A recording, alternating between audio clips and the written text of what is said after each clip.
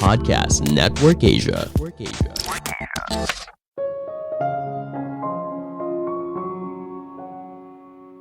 20 perusahaan teknologi besar Indonesia sudah mengumumkan akan mengurangi jumlah karyawannya.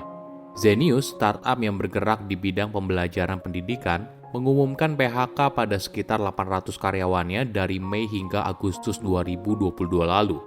Goto mengurangi 12% dari total karyawannya atau sekitar 1.300 orang pada bulan November lalu.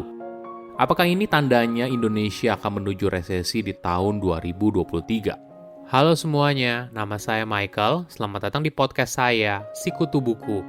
Kali ini saya akan bahas apakah badai PHK yang terjadi di dunia startup merupakan pertanda resesi ekonomi dunia tahun depan.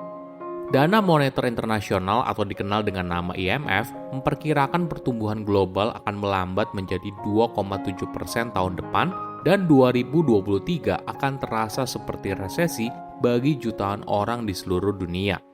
Banyak negara di dunia diprediksi akan mengalami pertumbuhan negatif kuartal 2 kali berturut-turut. Sedangkan 3 kelompok ekonomi terbesar yaitu Amerika Serikat, Uni Eropa, dan China akan terus melambat. Inilah yang membuat banyak ahli ekonomi memprediksi kalau tahun depan akan menjadi tahun yang menyakitkan bagi banyak orang. Bagaimana dengan Indonesia? Apakah tanda-tandanya sudah dimulai dari sekarang di mana kita melihat banyak perusahaan startup melakukan PHK pada karyawannya? Sebelum kita mulai, buat kalian yang mau support podcast ini agar terus berkarya, caranya gampang banget. Kalian cukup klik follow. Dukungan kalian membantu banget supaya kita bisa rutin posting dan bersama-sama belajar di podcast ini.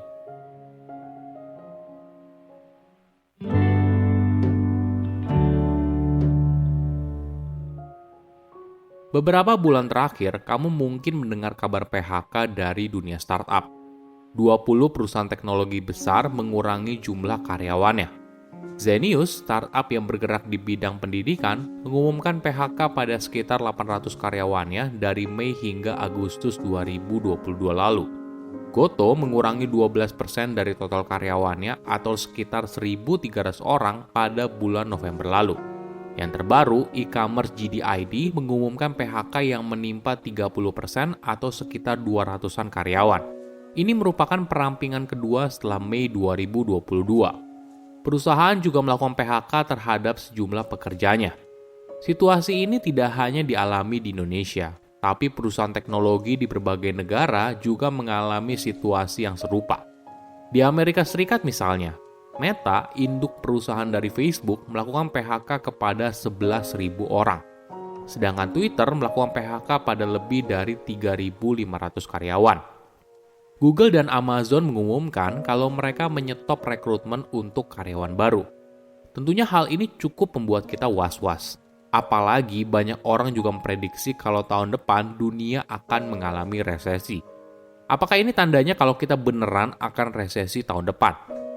Mungkin kita harus pahami dulu, kalau sektor teknologi itu cukup unik dan jumlahnya cukup kecil dibandingkan dengan sektor ekonomi yang lain. Mungkin kita harus membandingkan jumlah pekerja yang mereka rekrut.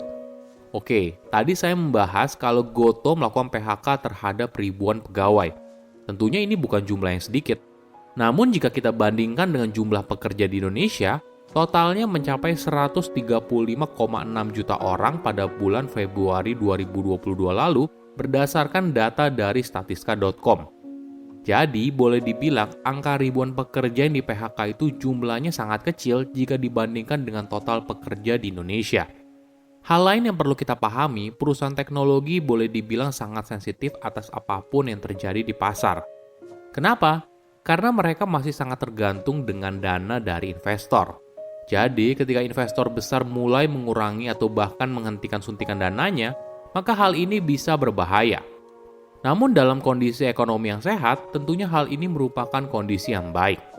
Bandingkan kondisi tahun ini dengan beberapa tahun lalu sebelum pandemi. Tentunya kita melihat banyak perusahaan teknologi mengalami hypergrowth kan?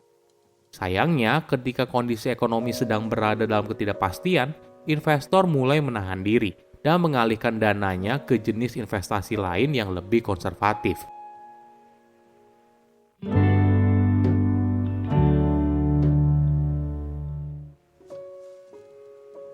Jadi, apakah tahun depan Indonesia akan mengalami resesi? Oke, sebelum kita buru-buru menjawab pertanyaan itu, coba kita lihat pertumbuhan ekonomi kuartal 2 dan kuartal 3 2022. Di dua kuartal tersebut, ekonomi Indonesia boleh dibilang tumbuh kuat dan mencatat pertumbuhan di atas 5% berturut-turut. Di tengah ketidakpastian global, ekonomi Indonesia boleh dibilang masih tumbuh optimis dan berangsur pulih dari efek pandemi selama 2 tahun terakhir. Di sisi lain, laju pertumbuhan konsumsi rumah tangga masih relatif tinggi, sekitar 5,4% year on year. Hal ini sejalan dengan beberapa indikator konsumsi masyarakat, termasuk rata-rata indeks penjualan real yang tumbuh 5,5% pada triwulan 3 2022. Secara umum, tingkat pengangguran konsisten menurun jika dibandingkan dengan periode Agustus 2021.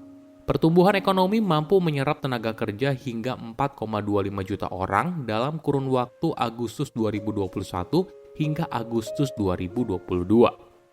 Ada sebuah terminologi yang menarik, ekspektasi inflasi. Ketika kamu merasa kalau inflasi akan semakin tinggi di masa depan, maka sebagai konsumen kamu akan mulai membeli barang dalam jumlah banyak saat ini karena takut harganya naik di masa depan. Jika banyak orang punya pemikiran yang sama, maka tentu hal ini akan meningkatkan jumlah permintaan, sehingga pada akhirnya juga mendorong harga jadi naik. Di sisi lain, sebagai karyawan, kamu akan meminta gaji yang lebih tinggi agar kamu mampu membeli barang yang kamu inginkan. Perusahaan juga sama, ketika permintaan naik, karyawan juga naik gaji, maka kamu juga ikut menaikkan harga jual agar tidak rugi. Tidak peduli kamu ada di mana dalam sebuah ekonomi, ekspektasi inflasi berkontribusi pada inflasi. Inilah alasan kenapa setiap bank sentral dunia berbicara soal ekspektasi inflasi terus-menerus. Karena sebagian besar pekerjaan mereka yaitu untuk mengatur ekspektasi masyarakat soal inflasi. Di Amerika Serikat, langkah ini biasanya dikenal dengan anchoring. Istilah ini berasal dari analogi pelayaran. Jika inflasi diibaratkan sebagai sebuah perahu yang mengapung di laut dan memiliki jangkar di atas pasir, maka perahu itu bisa saja bergerak ke sana kemari, tetapi tidak akan bergerak terlalu jauh. Bank Sentral Amerika yaitu The Fed berulang kali memberitahu publik lagi dan lagi untuk berusaha menjaga inflasi di angka 2% setahun. Selama hampir 20 tahun terakhir, cara ini berhasil. Hingga datang pandemi COVID-19 dan inflasi di Amerika Serikat mencapai lebih dari 7% setahun.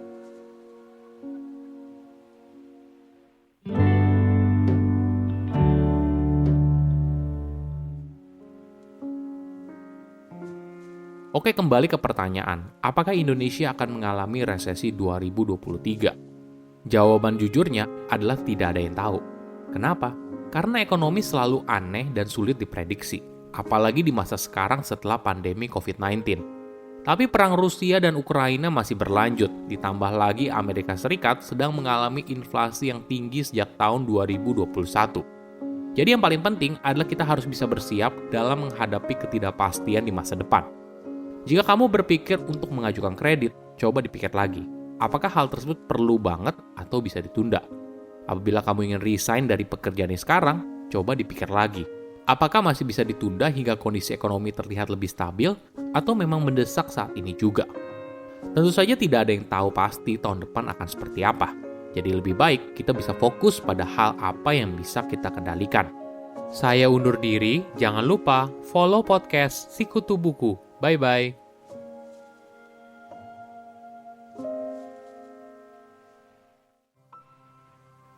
Pandangan dan opini yang disampaikan oleh kreator podcast, host, dan tamu tidak mencerminkan kebijakan resmi dan bagian dari podcast Network Asia. Setiap konten yang disampaikan mereka di dalam podcast adalah opini mereka sendiri dan tidak bermaksud untuk merugikan agama, grup etnik, perkumpulan, organisasi, perusahaan, perorangan, atau siapapun dan apapun.